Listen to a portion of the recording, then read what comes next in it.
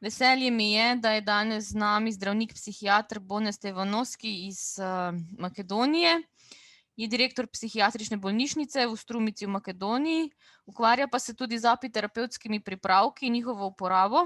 Kot sem že prej rekla, predavanje bo v hrvaškem jeziku, ampak verjamem, da se bomo razumeli, če ne mi bo pa gospod Vogrinčič poskušal kaj pomagati, če bo potrebno kaj prevesti.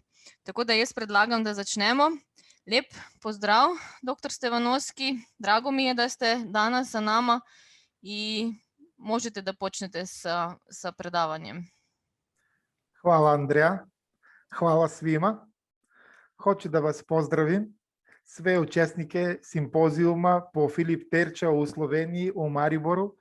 I sretan sam da je ovo međunarodan seminar u Sloveniji, isto tako i profesorice iz Rumunije. I tako, ja sam dr. Bone Stevanovski, 25 godina sam doktor, radim u psihijatrijsku bolnicu i direktor sam tamo, ali već 11 godina se bavim apiterapijom. Sa Karol Vogrinčićem upoznali smo se pre 8 godina na kurs apiterapijske škole u Beogradu i to evo prijateljstvo traje i danas. On je 2 puta dolazi u Makedoniju i trebalo je da budem direktni učesnik danas u Mariboru, ali zbog ove pandemije odlučili smo se na online seminar. Ja, kad smo pričali sa Karlom da šta danas da prezentiram, u moje iskustvo, mi smo odlučili da radimo, jer sam psihijatar, on zna ovaj slučaj da anoreksija je napiterapija. Hoću vama da kažem da anoreksija predstavlja poremećaj ishrane koji se karakteriše gubitkom 15% telesne težine, očekivane za pol i uzrast, kao posljedica od strahom gojenja i emocionalnim poremećajima zbog izgleda tela sa kojom osobe koje pate od anoreksije gotovo nikada nisu zadovoljne. Odnosno svaki put hoću sve više i više da oslabe i da izgube telesnu težinu, a pri to gube kritičnost zdravog razuma. Potrebno je razlikovati anoreksiju koja podrazumeva unošenje malih količine hrane koje nisu dovoljni za funkcionisanje organizma ili potpuni prekin u unošenju hrane od bulimije koja podrazumeva prejedanje sa posledičnim povraćanjem iz razlog straha od gojenja. Znači danas mi govorimo za anoreksija, a ne za bulimija koja je isto neko slično stanje kada se pacijenti prejedaju, a onda sami izazivaju povraćanje zbog toga da se ne bi gojili. Ovo je jedna fotografija, jedna mlada devojka koju vidimo ovdje da nema skoro nikakve hrane, ali pogledajte samo njene emocije od hrane, kakva ona odbojnost ima prema hranu i kako sve šta neće ni da jede, nego zamišlja da je to ovaj obrok preveliki da bi u njeno telo unosila neku hranu koja za nje valjda nije potrebna. Anoreksija ne predstavlja samo gubitak telesne težine, nego i imaju ove pacijentke imaju psihičke promjene. Već to je ozbiljna bolest koja može ugroziti život pacijenta zbog ugroženosti rada brojnih organa i organskih sistema. Tu uključujemo srce, bubrezi, jetra, organi za varanje, neurološki sistem, reproduktivni sistem, koža, isto tako hematološki sistem. Anoreksija predstavlja kompleksno oboljenje na čiji razvoj mogu uticati brojni faktori poput ženskog pola, porodične istorije, poremećaja ishrane, ambiciozne ličnosti koji imaju tendenciju perfekcionizma. Danas imamo takve ambiciozne ličnosti koje imaju tendenciju perfekcionizma i oni boje se za svaki gram višak da bi oni to nešto smanjili. Osobe sa niskom nivom samopoštovanja.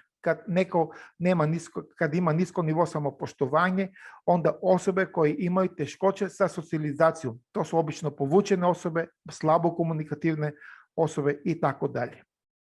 U posljednje vreme se sve više spominje i genetska predispozicija, ali ovi navodi nisu još potpuno celosno ispitani. Statistički podaci pokazuju da se anoreksija češće javlja u razvijenim zemljama u kojima je hrana dostupnija, a ideal tela se okrenuti ka mršavosti. Gotovo svaka 100 osoba uzrasta od 13 do 18 godina razvija anoreksiju određenog stepena. Također, odnos osoba ženskog pola prema osobama muškog pola je 10:1. Znači, žene su više zastupenije sa anoreksije nego muškarci. Isto tako, U svetskim podacima poznato je da pripadnici bele rase su češće pogođeni od anoreksijom nego ostalih ljudi. Prije vam dao sam slajd da ova mlada devojka da mislila da je suviše hranu, ali kako dolazi da oni sve postanu anoreksični ako ovaj prijašnji slajd sa fotografijom je hrana bila mnogo, oni sad dolaze samo na porciju sa jedno zrno grašu. To je, na primjer, recimo za njih ručak. I misle da je i ovo mnogo. Kako se manifestuje anoreksija? Često se počinje sa dijetama, izbjegava se hrana koja goji. Gotovo uvek postoji pretjerano vežbanje radi iscrpljavanja. Oni idu u salama, vežbaju, ali to nije normalno vežbanje, nije normalno pešačenje, nije normalno trčanje, nego to je do faze iscrpljavanja. Kod pacijente sa anoreksijom postoji i jasno izražena mršavost. Telesna težina je minimalno 15% ispod predviđene za pol i uzrast. To je mnogo, od 15% da je ispod predviđene za pol i uzrast sama telesna težina. Same osobe nisu zadovoljne izgledom tela ni kada su ekstremno mršave. Koža je suva i ispucala, kosa opada, a nokti su krti i lakše se lome. Pacijenti se žale na česte glavobolje. Česte su vrtoglavice i nesvetice.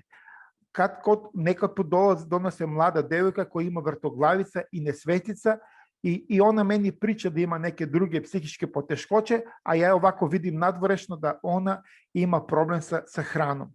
Isto tako, često postoji depresija ili razdražljivost. I to pričam i radim seminare sa opštim lekarima, doktori od opšte prakse, kako bi oni mogli da prepoznaju, da ih preprate ka psihijatru. Jer, nažalost, ovi pacijenti često lutaju. Znači, ne mogu da shvate da su anorektični, nego njih leče od depresija, razdražljivost, neke strah, slabokrvnost i tako dalje, ali uvek je u pozadini neka velika anoreksija. Kako se manifestuje anoreksija? Osobe postaju socijalno povučene. Oni gubu mogućnost da se druže, da komuniciraju sa ljudima, nego se povučaju. Postoji nizak krvni pritisak, onda krvni pritisak pade i oni su stalno hipotenzije, znači imaju niski krvni tlak. Javlja se osjećaj lupanja srca, to je palpitacija, to je dosta neprijatna stvar i oni sad ne mogu da razume šta je to, ali obraćaju se ka doktoru, a doktor ne može da vidi celosnu sliku od anoreksije, nego on rešava lokalno problem da on ima palpitacije, pa tu pacijentku pošalje na specijalist internih bolesti, pa internist pošalje kardiologom, ali niko ne vidi veliku sliku, ne vidi anoreksiju. Često se javlja hronični zatvor. Znači, oni ne mogu da nemaju dobra cirkulacija, ne piju dovoljno tečnosti, ne unose normalnu hranu i onda imaju obstipacija možda od 7 do 10 dana, neki nažalost i po 15 dana. Isto tako, postoji usporen rad srca, bradikardija. Kosti su sklonije prelomima. Zamislite, oni odlaze čak i kod ortopeda, traumatologa, jer imaju nedostatak kalcijuma i imaju prelome, ali samo nemaju anoreksiju. Postoji neredovna menstruacija, sve do potpunog gubitka menstruacija, a potpuno gubitak menstruacije zove se amenoreja. I ovo je jedan od simptoma da se tako manifestuje anoreksija. I jedan veoma važan simptom to je da telesna temperatura je niža od normalne. Recimo ako je 36,5 ili 36,2, 36,3 normalna temperatura, oni čak zapadaju hipotermije od 35, 34,8, 35,2 i to se zove hipotermija. Njima je stalno hladno, njima nije prijatno, ne osjećaju se lagodno, imaju poteškoće jer misle da imaju hladne ekstremitete, da je slaba cirkulacija, a u pozadina svega toga je anoreksija. Hoću samo da vama pokažem još jedna fotografija. Evo, ova devojka možda ima neki malo kilogram više, ali ona kad počinje da drži dijetu, ona već se zaboravlja i ona nikad nije zadovoljna sa svojim izgledom. Čak i ovakva ako je, ona sebe ogledalo vidi da je ovako malo debelka, kako da kažem. Vi me razumete. Kako se postavlja dijagnoza anoreksije? Dijagnoza anoreksije se postavlja na osnovu anamneze sa kliničkom slikom i objektivnim pregledom. Postoje posebni upitnici koji se popunjavaju kod sumnje na anoreksiju. На основно клиничке слике пациента, анорексија се рангира на лако, умерено и тешко. Потребно е начините детално лабораториски испитивање у смислу крвне слике со леукоцитна формула. Постои анемија, тромбоцитопенија и леукоцитопенија. Постои низак ниво шеќера у крви, хипогликемија. Низак ниво протеина у крви, хипопротеинемија и хипоалбуминемија. Параметри функција бубрега и јетре могу бити нарушени. Ту долази у обзир да су уреа креатинин повеќани код дехидратација. Дехидратација е процес организма кад имамо слаб унос течности и јетрена трансаминаза могу бити повеќани. Све о свему, лабораториска крвна слика почиња да nije како треба и тоа е проблем за докторе, јел тоа е еден од начина како може да се диагностира анорексија. И исто тако, потребно е да се уради преглед срца ЕКГ-ом, jer zbog često prisutnog poremećaja nivoa elektrolita u organizmu postoji i poremećaj ritma. Ima nepravilen ritam, ima aritmija srca i to je jedan od znakova od dijagnoze anoreksija. Znači, to je jedan kompleksan sistem koji je potrebno sve to lepo vidjeti kako bi se uspostavila prvo ta dijagnoza anoreksije. Koji su uzroci anoreksije? Tačan uzrok anoreksije ne mogu da kažem da je poznat. Znači, nije poznat. Ljudi koji razvijaju anoreksiju sami mogu imati negativnu telesnu sliku za njih i njihova spolješnost. Možda su usredsređeni na to da budu savršeni. Znate, svako danas hoće da bude savršen, hoće da bude lep, da lepo izgleda, da nema više kilograme.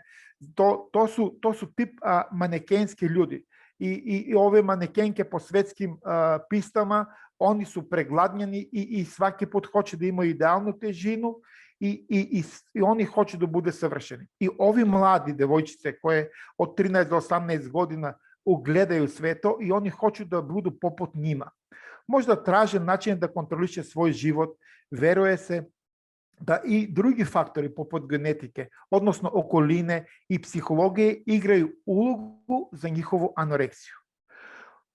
U zadnje vreme se sve više i više govori za genetika, zato sam hteo malo da dam akcent genetikom, da genetika i hormoni mogu uticati na razvoj anoreksije. Neki dokazi ukazuju na vezu između anoreksije i serotonina, odnosno hormon koji se proizvodi u mozgu, hormon koji mi psihijatri nazivamo hormon radosti. Ako ovaj hormon nedostaje u organizmu, onda moguće je da se pojavi anoreksija. Osim toga, moguće je i sama životna sredina, današnji savremeni život i sama potražnja društva da se bude lep i mršav. Može također doprinijeti razvoju anoreksije. Nerealne slike savršenog tela iz medija, kao što su to časopisi, televizija, mogu u velikoj meri uticati na mlade i podstaći želji da budu mršavi. To je i psihologija u pitanju, jer neko sa obsesivno-kompulzivnim poremećajem, OCD se zove to, u psihijatriji može biti skloni strogoj dijeti i režimu vežbanja za one koje često imaju anoreksiju nervozu. To je zato što ljudi sa OECD skloni su obsesijama i prinudi. Koje se tretman preporučuje kod anoreksije? Jedan od najvećih prepreka u lečenju anoreksije je shvatanje da vam je potrebna pomoć. Često oni su nekritični za sami sebe i ne mogu da razumeju da njima zaista potrebna pomoć. A verujte, potrebna je pomoć od psihijatra. Ja svaki put kažem, ja sam 25 godina doktor, da mi psihijatri smo na kraju. Znači, oni mogu da idu kod ginekolog, mogu kod ortoped, pedijatar, internist, ali kod psihijatar, bar kod nas u Makedoniji, je velika stigma i teško bi neko se odlučio sad da on misli da je anoreksičan ili neka devojka, da oni potrebno da ide kod psihijatra. I zbog toga da mnogi pacijenti ne veruju da imaju problema i ovo može otežati sam proces lečenja anoreksije. Jer oni dolaze do krajnu fazu i onda je malo nama psihijatrima teže da mi to lečimo. Kako što smo se danas dogovorili sa Karl Vogrinčićem, ja hoću da pričam malo za anoreksija i apiterapija. Prikazat ću vam jedan slučaj od koji sam ja oduševljen, to mi je bio jedan prvi slučaj, naravno da se prvi slučaj veoma pamti do kraja mog života, iako posle toga sam imao nad 100 slučaja, ali ipak ja hoću da prezentiram vama danas moj prvi slučaj.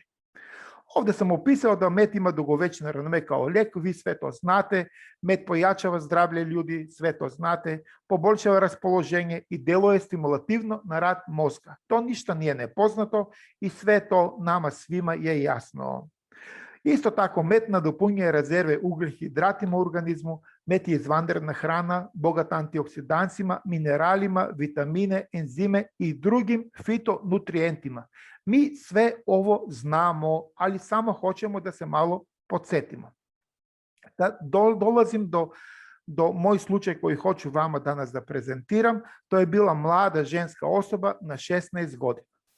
Ova mlada ženska osoba na 16 godina imala telesna težina oko 49 kg. Naravno, kao i svaka mlada devojka, bila je nezadovoljna sa svojim telesnim težinom i samoinicijativno odlučila da bude na dijeta. Za mjesec dana ona je tako strogo držala dijeta da je došla na 37 kg. Znači, ona za mjesec dana izgubila 12 kg. I počeli su neke promjene da se dešavaju po njeno telo i po njeno ponašanje, tako da njeni roditelji su bili zabrinuti pa su je odveli kod ginekologa koji je dijagnosticirao da on ima hormonski poremećaj, jer ova mlada devojka nije mogla ništa da jede, bila neraspoložena, povučena, nije bila komunikativna. Izgubila menstrualni ciklus, kosa počela da pada, a nokti odjednom su postali lako kršljivi i nije imala snage da hoda i po cijeli dan je bilo u krevet. Raspoloženje zaista gotovo da nije bilo uopšte. I to je bilo alarm da njeni roditelji se odveli kod ginekolog jer su shvatili da nešto nije u redu sa devojkom i normalno odnose prvo na ginekolog. Ginekolog je sve lepo pregledao i ona je primala od strane ginekologa terapiju sa infuzione rastvore, vitamine, hormonska terapija kako bi mogla da poboljša njen neuredni hormonski status. Jer ona je imala disbalans u hormonalni status i moj kolega ginekolog je to mislio da on ako da njene hormone, da on može da normalizira hormonski status. U toku dana više puta je imala ubrzani rad srca, imala tahikardija, nije imala snage da ide u toalet, WC, bila uplašena, po cele noći nije spavala, povučena, depresivna i nije bila uopšte komunikativna, ni sa njenim roditeljima. Ona se skroz povukla u sama sebe, u svoj kutak, u krevet i devojčica nigde nije bilo. Ona faktički nije postojala. Zdravstveno, odnosno psihofizičko stanje se pogoršavalo iz dana u dan.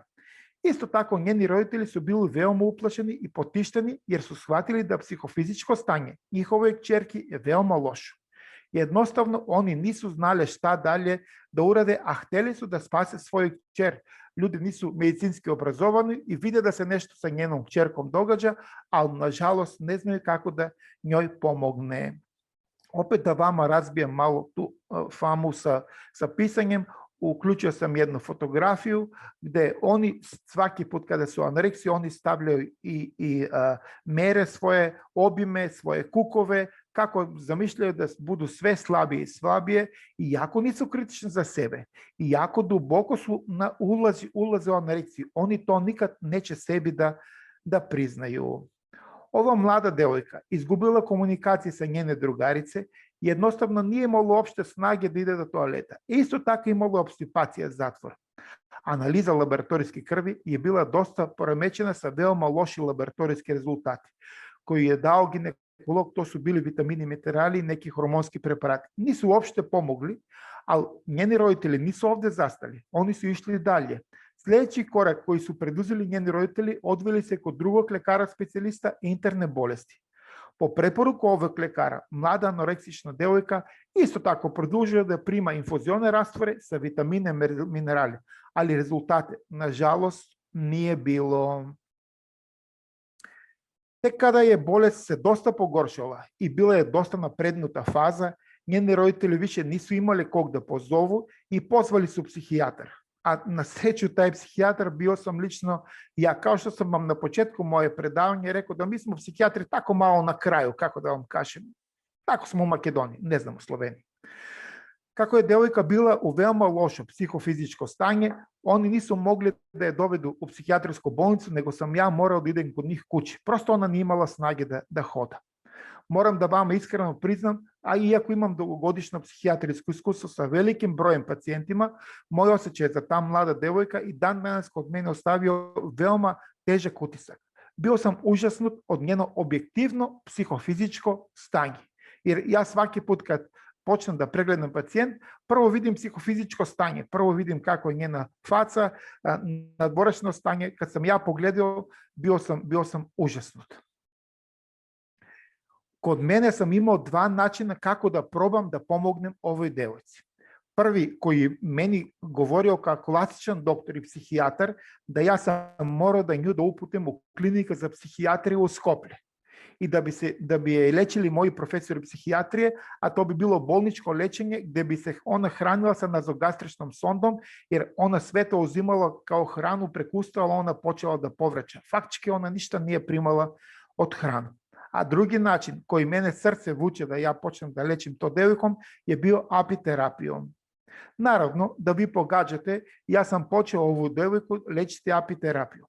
Разуме се, добил сам дозвол од нjenih родителја, jer ипак девојка е била малолетна. Она имала само 16 година и морал сам да имам дозвол од njenih психијатри, али велику храброст да у ово време почнем да лечим апитерапијом, која девојка потребно регуларно да ја упитим као доктор психијатар у клиничко болницу у Скопје, где би ја лечили мои професори со назогастричном сондом, да би ја хранили и тако даље. Морам да вама покажем, девојка е овако изгледала. Можда и мало лошие. Ова е мало болја фотографија. Најпре, шта сам ја урадил? Ипак сам најпре доктор, ступил сам у контакт со мој колега доктор специјалист психијатрија кој ради класична психијатрија. Он ради само со фармаколошким лековима. Он е мој веома добар пријател, он зна да радим апитерапију и од njega сам потражил да он мене контролише.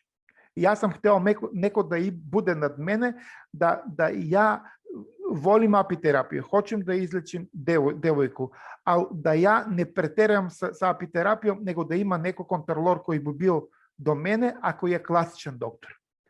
Почел сам да даjem апитерапијски продукти и морам да вам кажем да прва 2 дана психофизичко здравствено стање овом младом девојком се погоршало.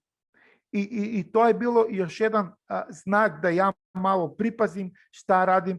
То родители мене гледају, јас сваки дан идем код нив куќи, даjem терапију, ал видим да стање се погоршава. И тоа е сасвим нормално и свим апитерапијути потребно да издржиме. Тоа знате да организам прво лошо да реагуе први 2 дана, а после почиње полако да се поболшава, али ипак скупио сам храброст и продолжио сам даље. Први позитивни симптоми и знаци јавили се тек 3-ти дан. У овој презентацiji рекao сам вама да девојка не имала снаги да ходи уопште по цели дан, она е било у кревету и не само да не могла ни да једе, него е имала константни нагон за повраќање. Сва храна која она е примала, она е повраќала. Ногти се било кршливи, коса слаба, веома е падала, а најгоре да е било да таа девојка изгубила менструални циклус. На 5-ти дан од апитерапија, девојка сама затражила да једе. То се десило чудо sa apiterapijskim terapijom, sa pročelenje produkte. Tačnije, nije moglo još ništa da jede, ali počela polako i pomalo da unosi tečnosti, gutel po gutel, i najpre počeli smo sa čaj i mlekom. Već na 8. dan od apiterapije počela samostalno da hoda do toaletom bez pomoć od njene majke, a na 10. dan od apiterapije za prvi put izašla je napolje, prohodala oko 50 metara. Za prvi put ona je bila na sveži zrak i sunce i mlada devojka i ja osjećali smo da smo na pravom putu ka njenom konečnom isceljenju. 21. dan nakon apiterapijom vidjeli smo da je dobila telesna težina 1,5 kg, a na 30. danu menstrualni ciklus se ponovo pojavio. Ovo je za mene bio znak da konečno hormonalni status u organizmu se normalizira i pored toga što moj kolega još u početku počeo da daje hormonske preparate, ali menstrualni ciklus nije bilo. Znači sam organizam primajući apiterapiju, počeo da on polako sređuje svoj organizam, ova mlada devojka. Njeni nokti su bili cvrsti, kosa već nije padala, već je bila lepa, sjajna, a koža je bila sa normalnim turgorom. Jer ona u početku je bila dehidrirana i koža se skupila i nemala normalni turgor. Za mene je bilo mnogo važno da se njene raspoloženje, radost, sreća počelo da se vraća i to se videlo u sjaju njenih očima. Nakon 40 dana ona je već dobila 4 kg i počela samostalno da ide u šetnju oko 2 km. I to je bilo veliki uspeh. Evo ovako nešto slično izgledala ova devojčica, sa lepuškasta počela da se vraća već snaga, njen sjaj u očima, kosa je postala odlična, već raspoloženje bilo na nekom velikom razinu. Hoću da kažem da hvala što ste meni omogućili da vama prezentiram ovaj slučaj. Ova devojka je završila sad fakultet i prošli su 10 godina od tada i imao sam više ovakvih slučaja. Veliko hvala apiterapijom. Hoću da svi znate da sa apiterapijom smo na pravi put da realno pomažemo ljudima da mogu da rešavaju svoje psihičke i sve ostale zdravstvene probleme. Naravno, apiterapijom. Ako imam mogućnost, ja sada bih hoćeo, ovo sam završio moju prezentaciju,